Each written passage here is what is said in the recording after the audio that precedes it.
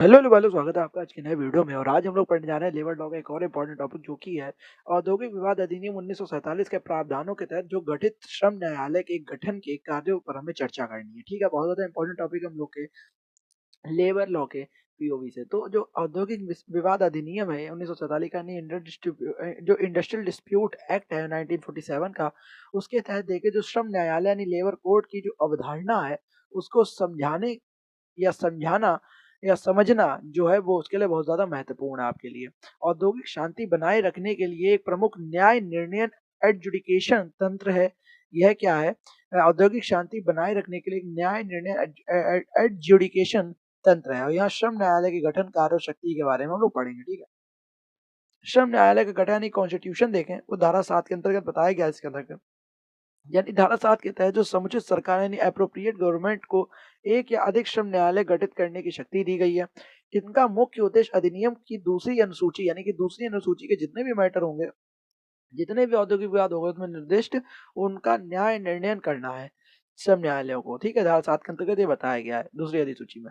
फिर पीठासीन अधिकारी यानी प्रेसिडिंग जो ऑफिसर होगा, यानी श्रम न्यायालय में केवल एक व्यक्ति होता है जिसे समुचित सरकार द्वारा नियुक्त किया जाता है। इसकी योग्यता क्या होगी?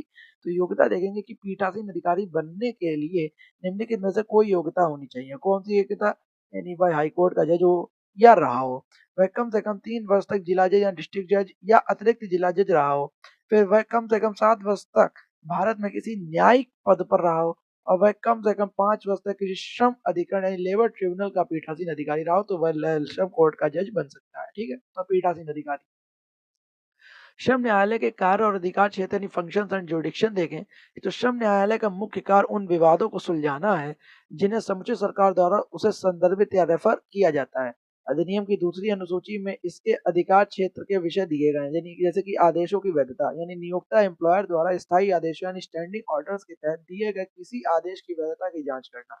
फिर देखते हैं कि स्थायी आदेशों की व्याख्या, नियमों या आदेशों के अर्थ को स्पष्ट करना।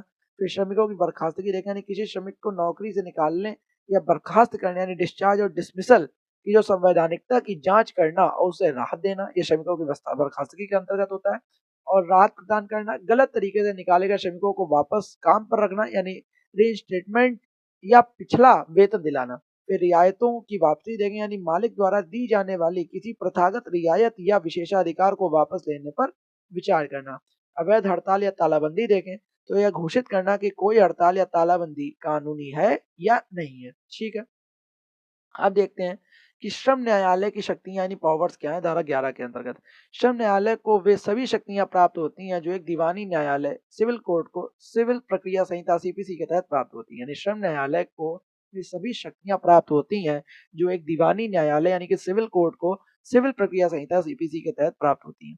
किसी व्यक्ति को सम्मन यानी जारी करना और उसे हाजिर करने के लिए मजबूर करना किसी व्यक्ति को सम्मन जारी करना और उसे हाजिर करने के लिए मजबूर करना, और शपथ पर साक्ष्य लेना यानी एविडेंस लेना, ये उसकी पावर है श्रम न्यायालय की।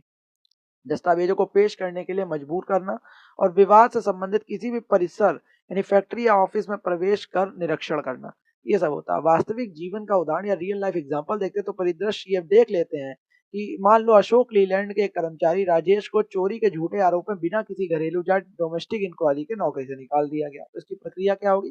राजेश ने अपनी यूनियन के माध्यम से सरकार को शिकायत की। सरकार ने इस मामले को श्रम न्यायालय में भेज दिया। ठीक है, न्यायालय की भूमिका क्या रहेगी कि श्रम न्यायालय ये देखेगा कि क्या राजेश को अपनी बात रखने का मौका मिला प्राकृतिक न्याय के नेचुरल लॉ के सिद्धांत के आधार पर। अगर मिला होगा तो ठीक है, नहीं मिला तो वो क्या करेगी? परिणाम यदि आरोप गलत पाए जाते हैं तो श्रम न्यायालय आदेश देगा कि राजेश को वापस नौकरी पर रखा जाए और उसे उस अवधि का पूरा वेतन या बैक वेजेस जो पीछे से से निकाला गया तब तक की अभी तक की सैलरी दी जाए। ठीक है, महत्वपूर्ण केस लॉज देखते हैं वो क्या रहेंगे कि तो भारत बैंक लिमिटेड, जो Bharat bank limited versus employees of Bharat bank 1950 का। इस ऐतिहासिक मामले में सुप्रीम कोर्ट ने कहा कि श्रम न्यायालय ट्रिब्यूनल पूरी तरह से न्यायालय नहीं है। इस ऐतिहासिक मामले में सुप्रीम कोर्ट ने कहा कि जो श्रम न्यायालय जो ट्रिब्यूनल है वो पूरी तरह से न्यायालय नहीं है, लेकिन उनके पास न्यायिक शक्ति या जुडिशियल पावर होती है, इसलिए उनके निर्णयों के खिलाफ संविधान के अनुच्छेद 136 के तहत विशेष अनुमति याचिका एसएलपी दायर की जा सकती है। ठीक है, फिर अगला केस देखते हैं कि Cooper engineering limited versus PP Munde 1975 का मैटर था। तो इस केस में यह तय हुआ कि यदि किसी श्रमिक की बर्खास्तगी का मामला श्रम न्यायालय में आता है तो न्यायालय को सबसे पहले यह तय करना चाहिए कि क्या नियोक्ता यानी एम्प्लॉयर द्वारा की गई घरेलू या डोमेस्टिक इंक्वायरी सही थी या नहीं थी। अगर सही थी तो आप मतलब कि जो है बिल्कुल कोई दिक्कत नहीं है, उसको निरस्त कर सकते हो। नहीं थी तो आप उसको बैक वेजेस भी दिलवाएंगे, उसको वापस काम पे भी रखवाएंगे वर्कमैन को। Workman of Firestone tyres versus and rubber corporation versus management 1973 का मैटर था। तो सुप्रीम कोर्ट ने स्पष्ट किया कि धारा 11A के तहत श्रम न्यायालय को शक्ति प्राप्त है कि यदि उसे लगता है कि बर्खास्तगी की सजा बहुत अधिक यानी एक्सेसिव है तो वह सजा को कम कर सकता है और कर्मचारी को राहत दे सकता है। ठीक है। और एंड में जो श्रम न्यायालय और औद्योगिक अधिकरण में क्या अंतर है लेबर कोड और इंडस्ट्रियल ट्रिब्यूनल में, वो देख लेते हैं। दोनों का गठन सरकार द्वारा ही किया जाता है, लेकिन दोनों में कुछ बारीक अंतर है। कौन कौन से बारीक अंतर है वो देख लेते हैं। इधर आधार होगा अंतर का, इधर श्रम न्यायालय है, इधर औद्योगिक अधिकरण इंडस्ट्रियल ट्रिब्यूनल है। ये धारा 7 के अंतर्गत है, ये धारा 7A के अंतर्गत है। इसमें अनुसूची देखें तो कह रहा है कि केवल दूसरी अनुसूची के मामले इनके अंतर्गत आते हैं। देखिए औद्योगिक अधिकरण में दूसरी और तीसरी अनुसूची यानी वेतन बोनस लाभ के मामले आते हैं। क्षेत्र देखें, ये कम गंभीर या व्यक्तिगत विवादों को देखता है, यह व्यापक और आर्थिक विवादों जैसे पूरे उद्योग का बोनस को देखता है। मतलब जो बड़े मैटर होते हैं वो औद्योगिक अधिकरण देखता है।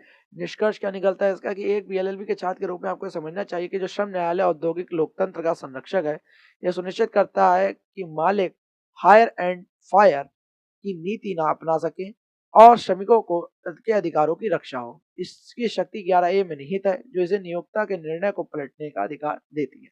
और यहाँ पे हम लोग का पूरा ये टॉपिक समाप्त हो गया। मेरे हिसाब से आपको समझ में आ गया होगा, नहीं समझ में आया तो आपको पता आपको क्या करना है, 1.5x की स्पीड लगा के एक दो वीडियो को देखना है तो आपको बहुत अच्छे समझ में आ जाएगा। ऐसी वीडियोस आपके लिए आती रहेंगे। तब तक के लिए जय हिंद, जय भारत।